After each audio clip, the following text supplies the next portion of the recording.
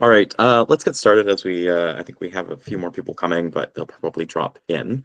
I'm going to hand it over to Wolf, who's the founder of WorkSelf. He's going to give you a bit of a quick intro into who we are, what we do, and a little bit about the WorkSelf philosophy, and then we'll have our speakers introduce themselves. Thanks, Josh, and very nice to meet you all today. I'll be brief, but hopefully set some context for today's discussion. I really look forward to hearing all of your insights. So WorkSelf has been formed partly through my own journey. I am an entrepreneur. I've had a company focused on AI algorithms development in finance industry, so trading, sold to large banks like Goldman Sachs, Barclays, JP Morgan. And through the years, really, grown that enterprise after I exited, was in a bit of a mid-career crisis, and did a lot of exploration and work that led me to realize that actually it's quite integrative from not just what the job function and what I want to do, but what am I good at, what's my calling, why I'm gravitating towards certain industries or functions. So through that exploration, using the latest tools, including LLMs and generative AI, we've ideated WorkSelf, and pleased to have you participate in the forum today that explores how we can help career transitioners. The application itself has an AI coach. The agentic AI is relatively new in the industry. Its application to coaching is quite powerful because it can act on a base level as accountability, reminder, something that structures my long-term goals with my quarterly, weekly, and daily, and help me practice, not just around being productive or focused in my work function, but also being emotionally balanced, being focused, have attention and capacity to pursue my calling. So WorkSelf kind of exemplifies that, and a philosophy is that it's all in you, waiting to be unlocked with proper tools and guidance. As many of you today are coaches, professional coaches yourself, we see that as an integral part of our go-to-market, and the application itself has a natural point where, baseline work in terms of creating a plan, milestone, and some of the accountabilities for users are taken care of. But there's a point where, that record can be shared with the coach and accelerate the coaching experience and conversation. So that extension to Coach Hub from the app itself, we see as an integral part of the service, and actually an important part of the user journey. As one-on-one human coaching is here to stay. These tools are more, latest and greatest that we can apply to accelerate and augment the experience. So with that, I'll pass it back to you, Josh. Yeah, thanks for that, Wolf. Maybe at this point we can have our experts in the field, our career coaches, introduce themselves. Maybe we'll lead with you, Amanda. You can talk about a little bit about what you do. Sure. So I am a career coach for menopausal women and a HR consultant. So my passion, the career coaching menopausal women, is a bit of a passion project that I'm building up, but the HR contracting, I'm a big fan of apps, and I definitely I wrote an article recently about sort of coaching one-to-one via coaching apps, and I think there's definitely a space for both of them. Personally, my opinion, if you pick a menopausal woman or a 50-something woman, she will not want to go on an app.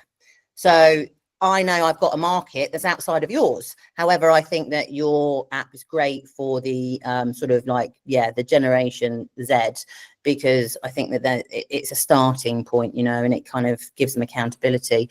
So I have been a HR consultant for 25 years and worked a lot in digital startups, worked internationally.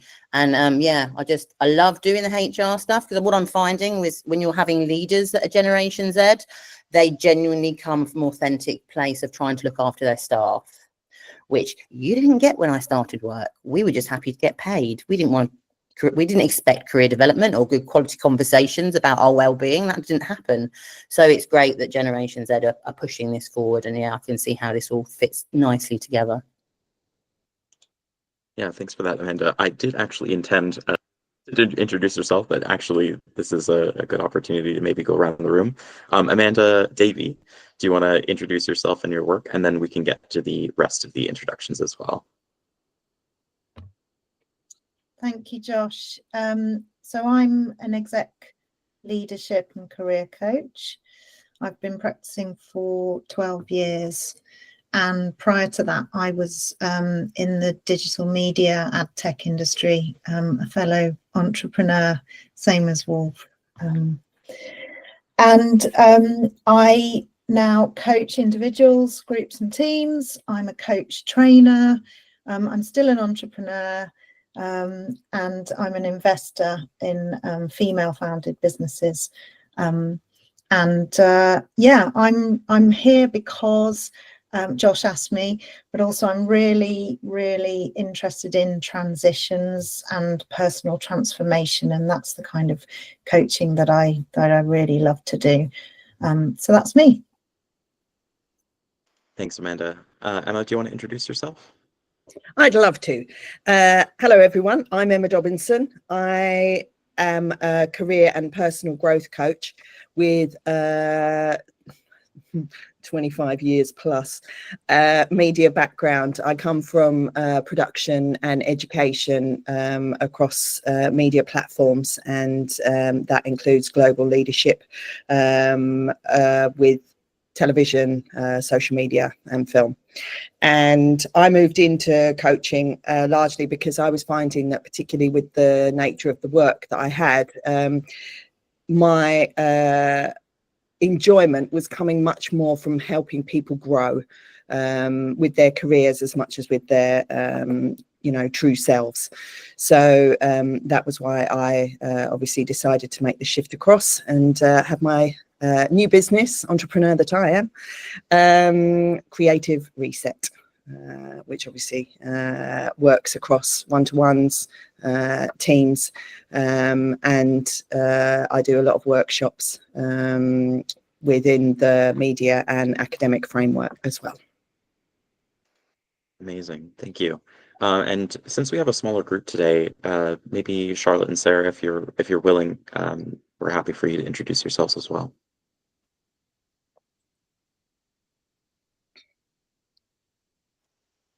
Sarah, sorry, you're on mute. It's a classic. It happens. It is a classic. I arrive late and I cause chaos when I'm here, so I'm sorry about that. So Sarah Bird, I'm an employability coach. I've written 2 courses for job seekers. One is targeted towards 16 to 18-year-olds, and the other is for 18 plus. We do get a lot of midlife people. The whole essence of the course is not so much the practicalities of CVs and interview technique, although we do cover those things, but it's very much about being ready and resilient for work. Because one of the things I noticed very early on is they come to these courses with so many issues, so many other sort of personal issues, and unless they're right in themselves, then it's very hard to get them ready for work. I have been a business writer for 30 years, worked in a very aggressive corporate environment, so I've kind of got a deep understanding of some of these issues that you get when you work in these kinds of organizations. And I have a lot of empathy for the generations coming up in terms of how they're going to balance, because I never found work-life balance, and I can't imagine how they're going to, but I love the idea of trying, which is what fascinates me about the website and all the material that I've seen on your. Thanks, Sarah. Charlotte, if you're open to it. Yeah, lovely to meet you all. So I think just in terms of my background, slightly different from everyone else's. I probably do fall in the Gen Z category. And I know Wolf reached out to me, just asked me if I was interested in attending the webinar today. I was, for the past academic year, so almost a full year, a career coach at the University of Liverpool. And we did various things involving CVs, and mainly the one-to-one coaching we would do with students, interview prep, help with networking, and it's given me a great insight into at least Liverpool's local businesses, SMEs, and market. I think the reason I decided to be a career coach in the first place was because, yes, Oli, I really wanted to help other students, and could really see within my generation a complete lack of how to be prepared to find what you want to do. And I think, like Sarah was saying, it's the general personal, the mix of personal and professional that is more relevant now, when we have a lot more flexible careers that span over many years, but they might be in different sectors. I mean, I'm currently doing my master's in tropical disease research right here, but even I, as a almost graduate student, still am not like 100% certain about which direction I want to go. So yeah, I hope that was succinct enough and made sense. That was perfect, Charlotte. And actually, thank you for attending. It actually leads us very seamlessly into our next portion.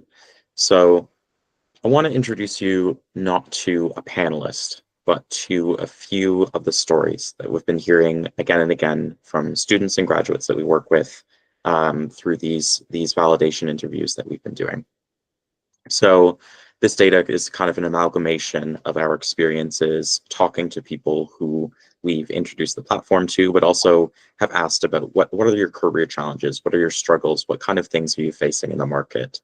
There's a lot of current research out there right now suggesting the challenge of AI and how that's impacting the workforce. So I'm going to be diving into a little bit of that.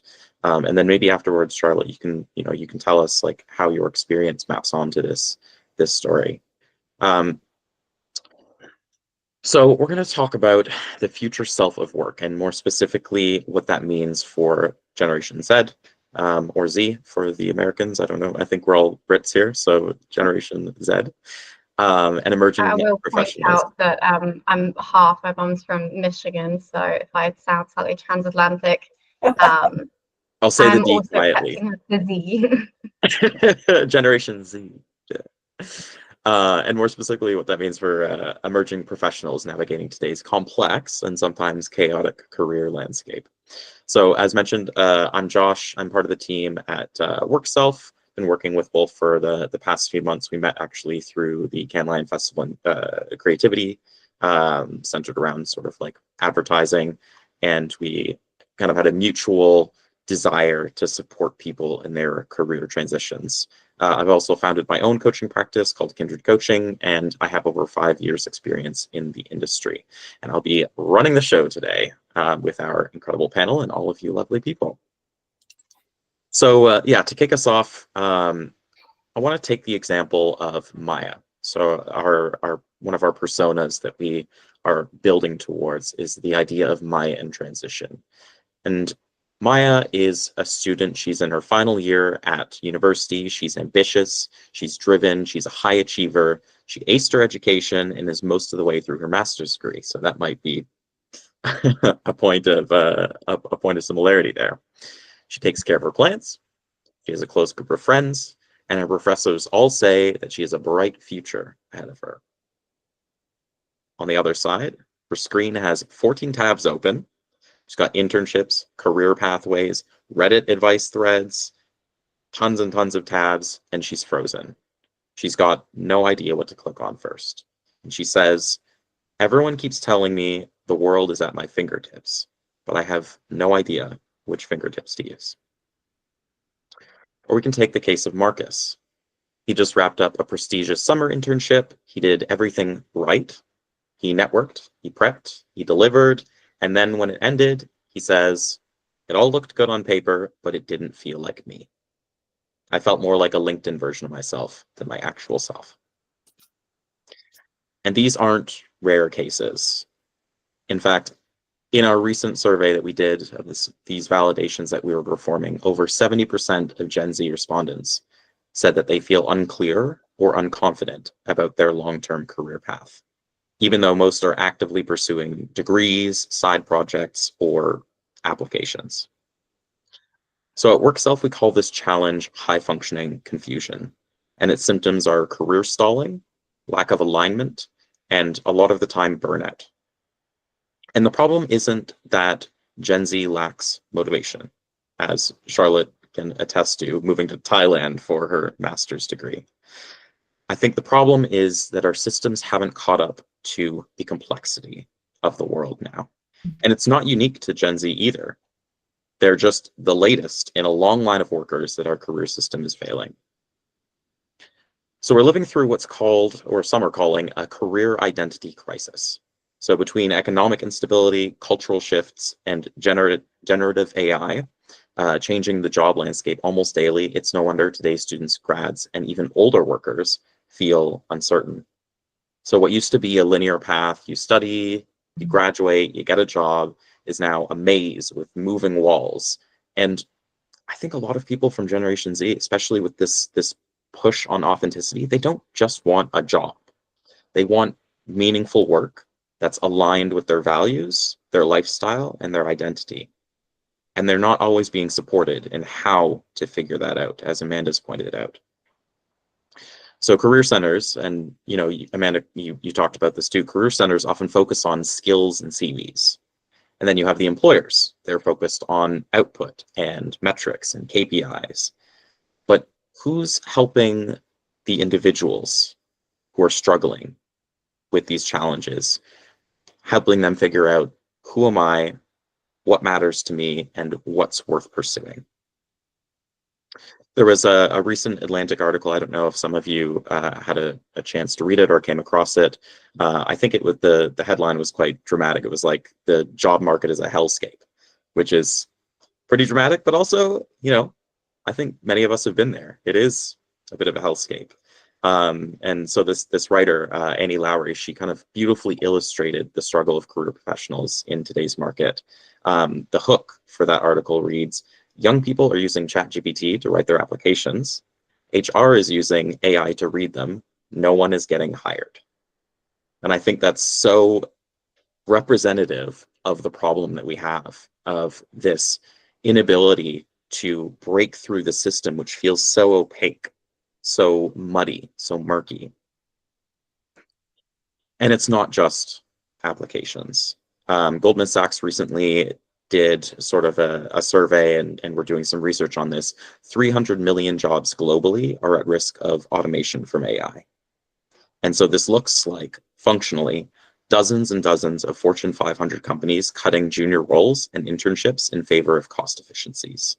So this is generating a system that's splitting down the middle, and our workers, both young and old, are at risk of falling behind.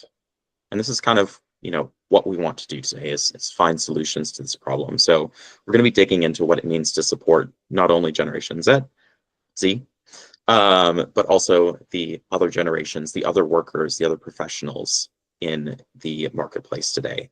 So we're joined by the lovely Amanda Davie, Emma Dobinson, and all of your insights from those around us. We're going to try and formulate solutions to this problem, have a bit of an open discussion about how we can challenge the system that is challenging us. And the work that we do at WorkSelf is really aligned with finding work that works for you. That's sort of the baseline. And that's what we want to achieve, and that's what we hope we can bring to everyone today, at least make an inroad in that direction. So I'm going to open it up to a panel discussion now. I think because we have a smaller group, Amanda, Charlotte, Sarah, if you guys have things that you want to contribute to the conversation, feel free to do so. I think the way that we'll run this is I'll introduce the question, we'll have Amanda and Emma comment on it, and then if the rest of you guys have comments that you'd like to add, we can go from there. So I wanted to lead in with something a little bit more general. So Amanda and Emma, maybe you could talk a little bit about the challenges that some of your clients are facing. You want to get? I've got my mic off, so I'll kick off. Yes, I think we've already mentioned resilience and burnout, and those are two key factors.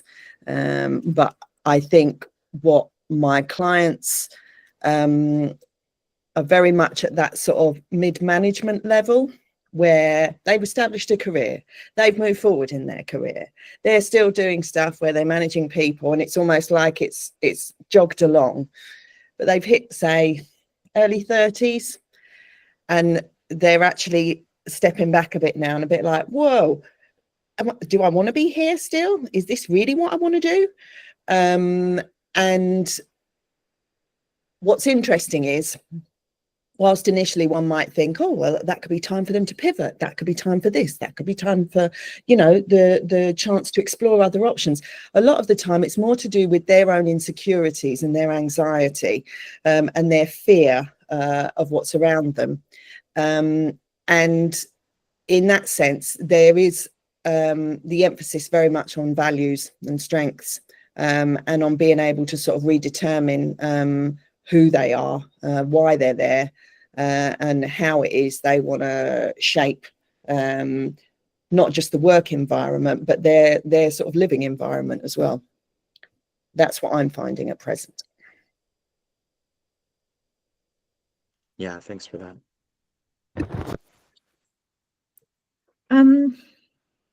Yeah, there's a few things. One, I think it's really important to acknowledge that the in terms of brain development, you know, we're not, well, arguably we're never fully baked, but you know, the average adult brain, and certainly the male brain, isn't you know, doesn't finish percolating, shall we say, until our late 20s. So, you know, it was certainly my experience that it wasn't until my late 30s into my 40s that I really started to understand my identity, my values, my strengths, and you know, we've all, I think, been on that journey, those of us who are here live today. Younger generations don't yet know what they don't know in a lot of cases, and that's just because they haven't had enough time. Life hasn't affected them as adversely as time can gift us, and often with transition and transformation, the trigger is you know, crisis or adversity, or a search for meaning making. And Josh, you mentioned that, you know, with Gen Z, it's not just about getting any old job, it's about finding meaningful work. And, you know, that is in part in response to the VUCA world in which we're operating. So it's dealing with that level of uncertainty as to who we are, and trying to work that out, or who we're becoming, or who we want to become. But also, you know, these stats that we hear about, you know, 300 million jobs will be replaced by AI, or what do they say? They say, oh, most jobs that, you know, I've got teenage kids, most that the jobs that they'll do haven't been invented yet. You know, they're quite shocking headlines, and they trigger a lot of uncertainty and confusion that, you know, that Gen Z are having to deal with. So I think, you know, there's that acknowledgement that there's still a lot that we don't know, and we're living in very, very uncertain times in terms of the world and future of work. The other point that I wanted to make is that, and I am biased because I have a specialism as an emotional intelligence coach. I'm coaching a lot of professionals who have had very limited emotional intelligence skills training, and at the end of the day, we cannot achieve anything in life in isolation from one another. So interpersonal skills, people skills, relationship skills, leadership skills, soft skills, that awful phrase, these are arguably the hardest skills to develop. And I think there is a lacking. And I also think that employers are putting too much emphasis on the need for technical skills and not the interpersonal soft skills. So that's a challenge as well, I think, in terms of professional development. Yeah, it's a lot to draw on there. Yeah, please go ahead, Sarah. Yeah, I was just going to say that I think that with AI coming at such a pace, the fact is we're going to need to be more human. I mean, human is our only differentiator, really. So I feel that we need to really develop that side.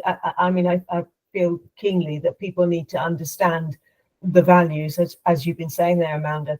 The other thing that I've just done a book actually about midlife, funnily enough, Emma, because this is, you know, we've got these two ends of the scale here with Gen Z and midlife, and we have these crisis, I think, going on in both areas. But I on the employability course that I do, I see a lot of midlifers who have lost a lot of confidence, but they have so much to offer.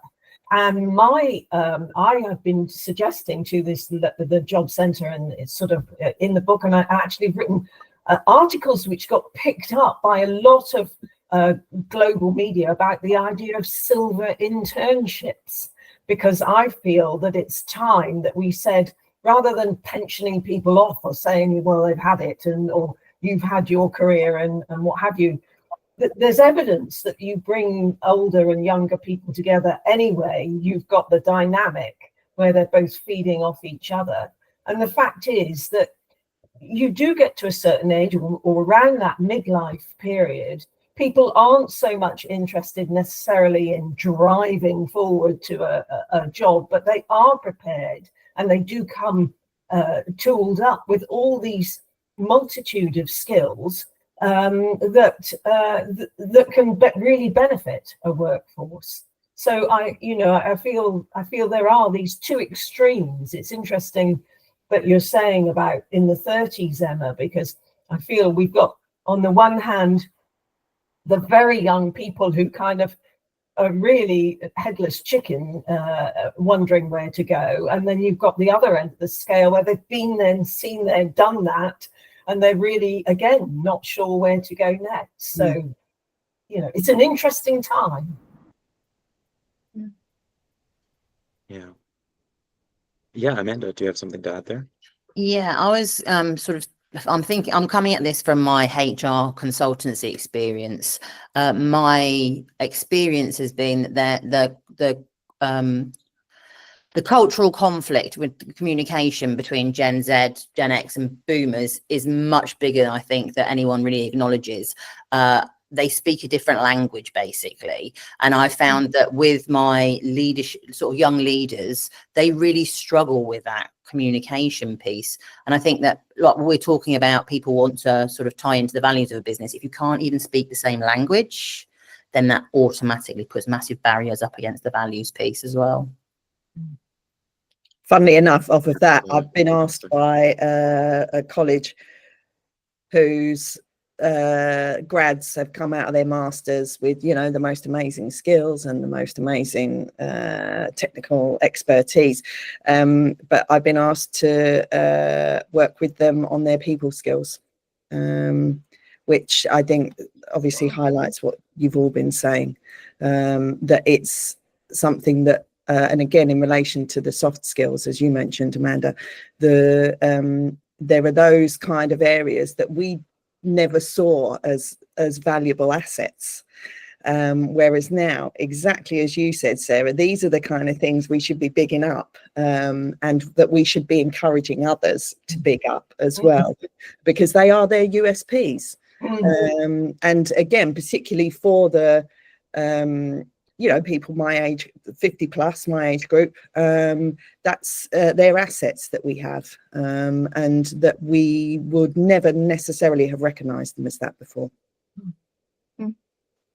Yeah. Charlotte, did you have something to add there? There is so much to reflect on there.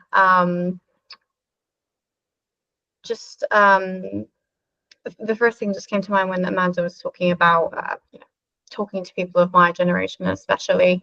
I think all of you have also kind of echoed it as well, but not really knowing what you're doing, but lacking a lot of the natural experience you get as you age. And also, yes, about people skills, and a lot of students, I think, especially because the majority of age group is going to be maybe 18 to, we do have mature students at University of Liverpool, so you can definitely tell they have a more developed sense of self and better people skills, but definitely the students I found, they don't even begin to understand how to articulate that, because the technical skill, especially for me working in the science discipline, very clean cut. You know, can you do, I don't know, PCR? The answer is either yes or no. And I think I can't remember who mentioned it, but in terms of the confidence issue, there's a confidence issue in terms of that skills gap and communication between both generations. And maybe it's just that you're wandering around, not really knowing where you're going next because you feel like you've plateaued in your career, or you're at my age where you have no previous experience to build upon to give you more direction. So I think it's that lack of direction, and you have AI, so you're worried about, do I have enough skills? Am I going into the right job market? Because there are lots, from what I've seen other students sort of think about and try and weigh up and plan, why would they go into this certain industry? And it's not just because of interest, it's sometimes because of, you know, monetary things as well. So yeah, I think from what you've all echoed, that all makes a lot of sense. And from my perspective as being a career coach and being almost a graduate, hopefully next year. Yeah, thanks for adding some color there, Charlotte. I think, you know, the foundation of this discussion is that these challenges have created a lot of gaps that are not being filled by the traditional institutions that would normally do that. Definitely something that I've observed is the institutions existed, you know, have been like monolithically existing for the last, you know, 100 years, this idea of the big E employer. And, you know, that's where you go to work for 25 years and then you know, either die at your desk or you retire, and that's your career. And I think like the reality is now that people spend 2, maybe 3 years at a place, oftentimes even less, and then hop around. And how do you get to those matured levels of communication? How do you get to those smooth, efficient workflows? How do you pass on knowledge? How do you pass on culture from an HR perspective across these gaps that exist and in this fast-moving industry? So I would invite at this point, Amanda and Emma, maybe you can talk to me a little bit about, talked a lot about transition and this idea of confusion, trying to find the identity elements, and how important that is to the overall career journey. Maybe you can talk to me a little bit about how you support somebody in that process of reinvention or pursuit of identity. Wow, that's like a The hard big question. question. Yeah. I'm happy to go. So let's start with the situation they're in. So, you know, if it's pre-work, then, you know, let's assume that they find a jumping off point in terms of their career, that first job. And, you know, frankly, I think a lot of professionals spend, you know, at least 10 years trying different things on. And that, I think, is really healthy. So whatever the current situation is, the current job, let's assume, I think it's important to analyze what you like and what you don't like, you know, and make a list.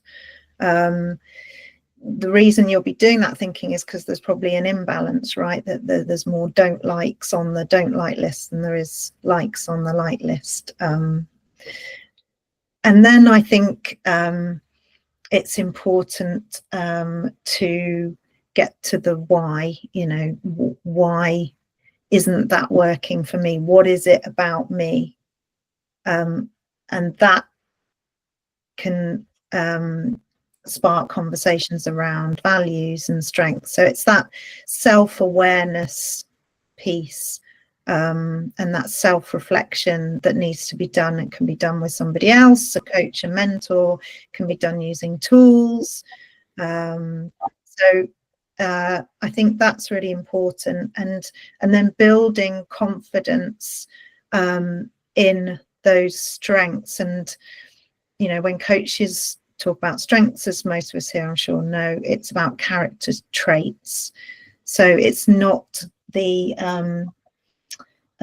more technical stuff we can do, but it's building confidence in who we are, our self-esteem and our self-worth.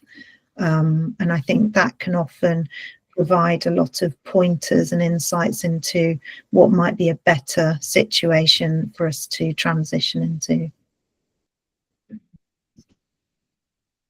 Thanks for that, Amanda. Charlotte, did you have something to add?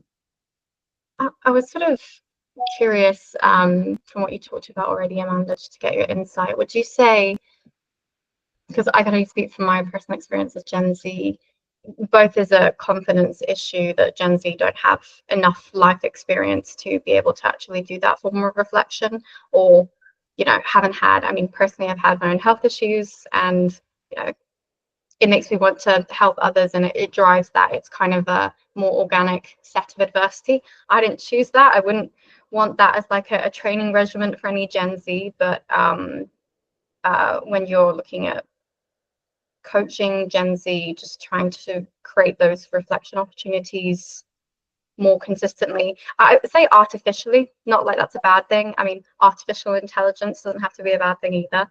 And maybe for some of you who also coach people in their midlife, is it also getting them to reflect on the experiences that they've had, good or bad, and actually seeing what skills they draw from that and shape them. I feel like maybe people just don't give themselves enough credit. That seems to be a universal thing. But that's just from my experience talking to students, parents, friends. I mean, people all over. You see that kind of coming out in how they view themselves, not just professionally, but personally, their whole selves, how they view themselves. Yeah. Emma, you were nodding emphatically at that.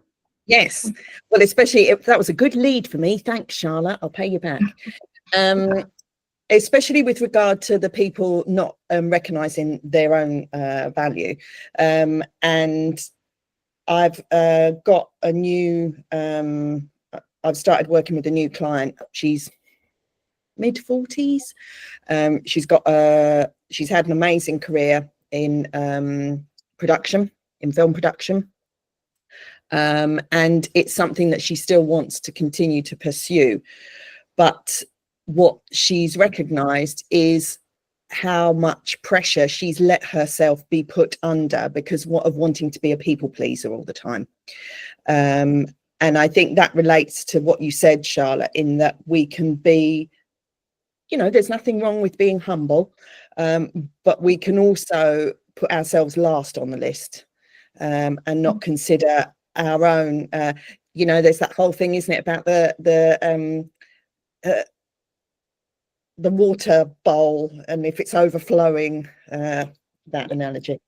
But she's always been very much, she said herself, always been very much about making sure everyone else is okay, everyone else is enjoying their work, everyone else has got what they need. And it's only now that she's reflecting on the fact that whilst she likes certain qualities of her work, that's not something that has benefited her, and it's not something that's made her feel like she has a true version of herself. that's what we're working on as a result. It's not just about her career in that respect. It's as much about her own recognition of her talents and her individuality. And I think that it's that the thing that she has found difficult to deal with has been the way that these factors all end up clustering up with one another. And so the coaching sessions have become very much a sort of pulling apart, kind of almost not categorizing things, but being able to see things as they are with more clarity. Sort of compartmentalize so you can actually right. identify. Yeah, because without that, she's felt overwhelmed. It's caused anxiety, and this, I think, you know, well, I know from a lot of other clients that I've had on the group basis as much as individual is often what causes the burnout, because people are so determined to do what they think they should be doing as opposed to what they are actually skilled at or what they are actually enjoying. So anyway, that's why I brought up the recent, because I think her journey is a good example of that people can come in thinking that, well, it's about my career. I need coaching about my career. But actually, it's not just about a career. It's about a persona as much as anything. And I think that's what's also interesting in the coaching field, as I'm sure the rest of you know. Coaching 10 years ago was considered very differently to what it's considered now. And there's still a lot of moves to be made in that direction, because some still see it as, well, if you're being coached, that means you're not good enough. There are still, you know, areas where the people still can, sorry, I can hear a dog barking in the background. Apologies if you can hear. But I think now that we're trying to look at that more, so there being more empathy. And I think, as you mentioned, Amanda, about leaders not necessarily having had that kind of upbringing, but wanting to be able to have that sense of belief in their staff and helping them grow as much as anything. And I also think that we need to be looking at different ways of doing, like the standard way that we've tackled some of these issues. So we need to think outside of that. So I came across something a year ago called narrative practice, which is a therapeutic technique which uses storytelling in the sense of counselling and trauma. And what I think, what I based this writing around was to say, let's take some of those techniques that we might have used in our personal life and bring them into our professional lives, bring them into our career lives. Because in any case, the whole thing is merging. We've got a mobile phone with our whole life on it. It's no longer this is work and this is home. Everything is meshed together. And so let's take some of these techniques that we might have used in a personal context, in helping with trauma or difficulty, and put them into a work. And in fact, storytelling as a technique is very well known anyway. But the fact is, the narrative practice have certain set techniques which you can then translate into a career context. And you know, there's stuff out there on that. So. Yeah, it's funny you say that. So my coaching practice, Kindred Coaching, that's actually what we do is we use a tabletop role-playing structure actually as a narrative practice. Right. And I think it's such a powerful thing to put people in the chair, as it were. We're not talking theoretically about, this practice and how it works out. No, we're doing it. Yeah. We're doing it because that's when we build that, like from a mental perspective, that those connections in the brain that we can then rely on when we're put into that actual situation to call on and use that experience to, push through and be like, okay, this is how I communicate, or this is how I solve a conflict, or this is how I express frustration in a way that's, that's going to be productive. I think that's a really powerful thing. And the other thing that you said that I thought was a perfect segue is this idea of the blending of work and self. And, that's our company name. That's the idea behind WorkSelf. You know, we work, a lot of us, probably, you know, like over 50% of us work from home at some point during the week, or even in the majority of our week. What is the separation between this sense of, this is my space, this is myself, this is my identity, and this is my work? Because the line has become blurred. It's a line in the sand now. When you can have email on your phone, you can have your watch sending you notifications about Slack messages that have come through. There is no separation, and I think part of this is being accelerated and you know, promoted by the use like of digital tools, and especially AI, which is in some ways making workflow easier, but also then maybe creating a rise in expectations around the quality, quantity, and the quickness of work itself. And I think that leads us into, I think maybe this will be our last question. With AI reshaping how work is done, how do we help people feel more empowered and less obsolete?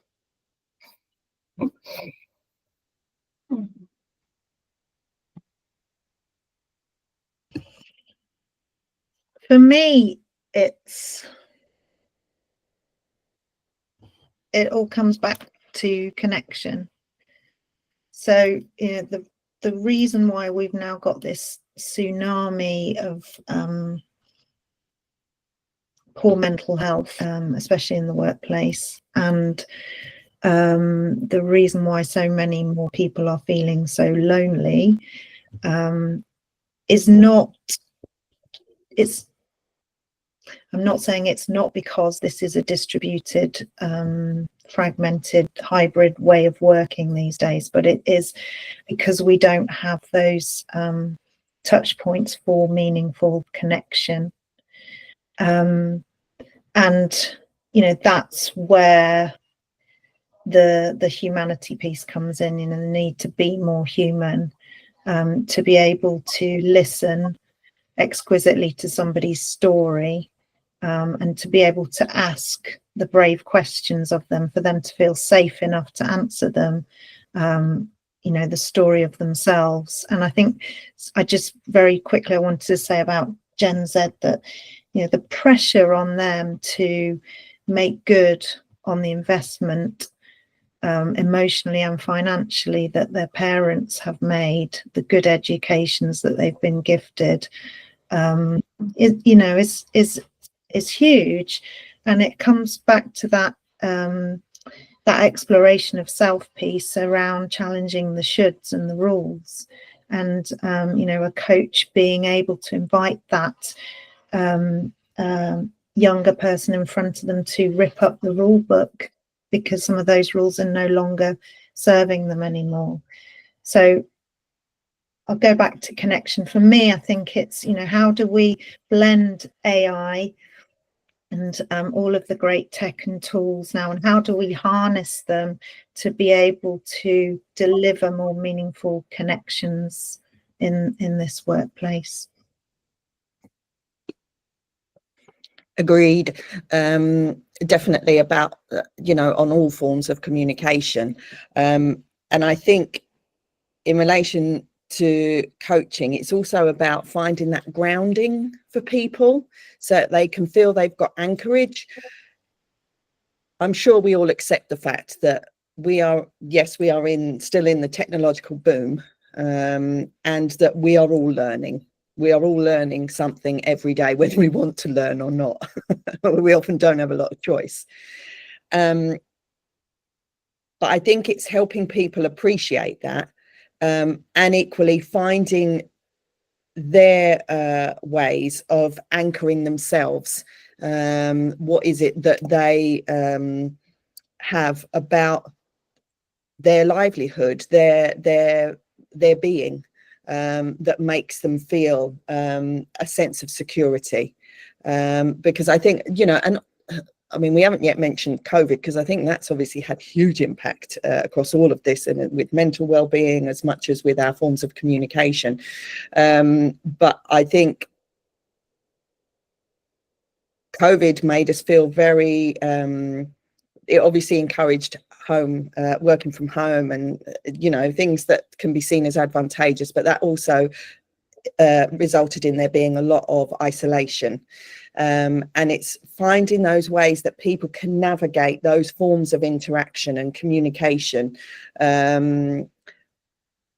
so that they feel that they have still got that presence that makes them feel more confident in themselves.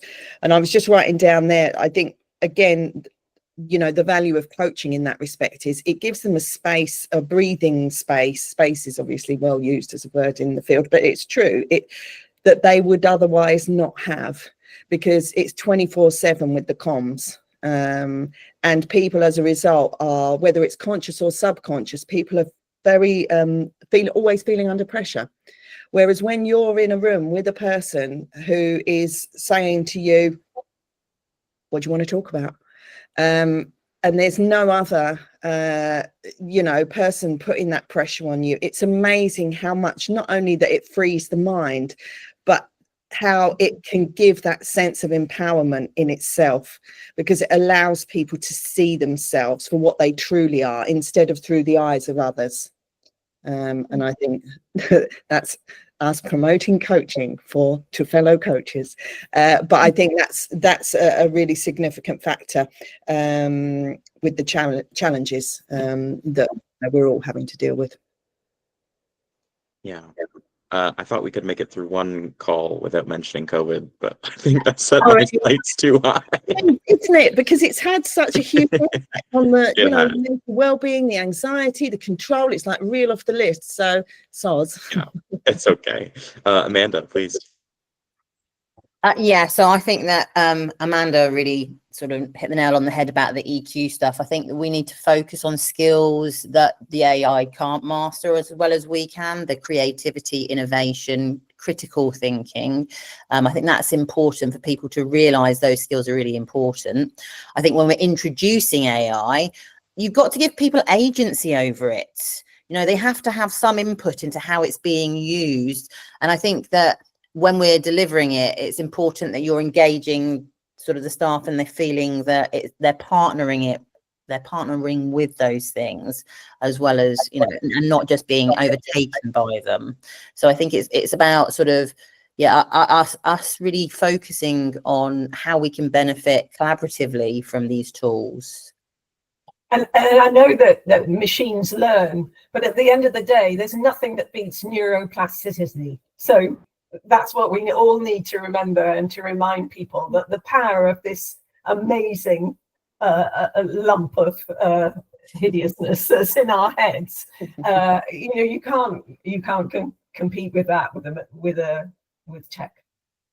And there is not a limit, an age limit. Obviously, there's sort of neuroscience theories. Having a science background here is quite useful, but on when do we actually fully develop, and when do we actually start to have decline, and obviously genetic factors play into that. But I think sentiments, especially, it seems to be more predominantly women, but I think perhaps men in their middle age are better at masking that by getting a car and feeling emotionally empty on the inside. Who knows? Or a motorbike. But they believe that they actually are at a stage, I can't change anymore.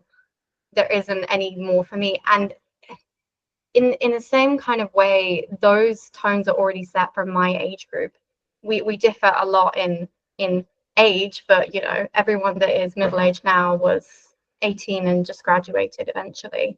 So maybe from my point of view, that if you're working with Gen Z, you want to think about preventative measures, so you don't end up with all of these incredibly wonderful, capable people in their middle age who feel they have no capacity anymore. I can't learn this, I can't do this anymore.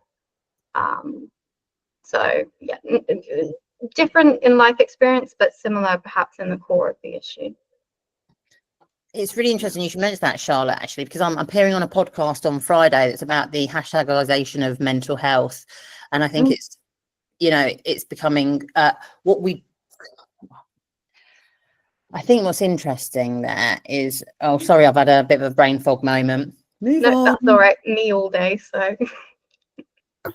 All good. Well, we're coming to time here, so I just wanted to give a little shout out to our speakers, Amanda and Emma. Thank you so much for joining us.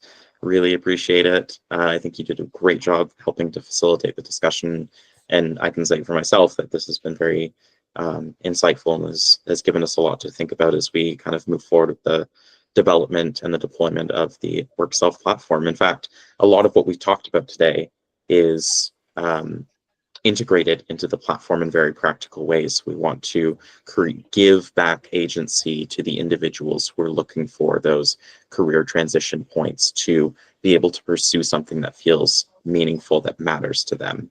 And we want to support that with this agentic AI coach, which can kind of fill in the accountability piece, 24/7, always on, to augment the conversations that coaches are having with their clients. And that third piece, I think, is around physical ritual. I think it was you, Emma, that mentioned, having like physical touch points, or it might have been you, Amanda. I'm sorry. But having physical touch points in the day, like how do we ground ourselves? How do we find ourselves in this sort of like digital, very digital world? And I think that point is around creating physical spaces for growth to happen.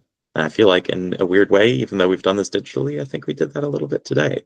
So I think before we sign off here, it would be nice to go around the room and just get maybe one word from anyone who wants to contribute around, how you're feeling about today, the insights that we talked about. What's one word to define this experience? I'll give you inspiring. I think it's always inspiring to hear such great ideas, experiences from others as well. Fantastic. Yeah. Encouraging, I'd say, encouraging. Maybe momentum. Oh, go ahead, Amanda. Thank you. Collaborative, when minds fuse and are willing to work together.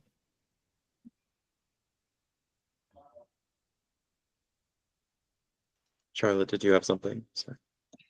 Yeah, just momentum. And I mean, I'm at the beginning of my career journey, but just like you're mentioning about whether or not it's physical or digital like this, those kind of touch points to be reminded. It sounds silly in a way, but that other people are even caring about it to begin with, especially when it's in a more nuanced, empathetic way, which in my personal opinion, that is the only way I've ever felt I've been able to just exist regardless. So there's been less of a line between personal and professional, but especially with someone of my age group, and hopefully for my peers and anyone else I talk with, I can actually give them more tangible hope.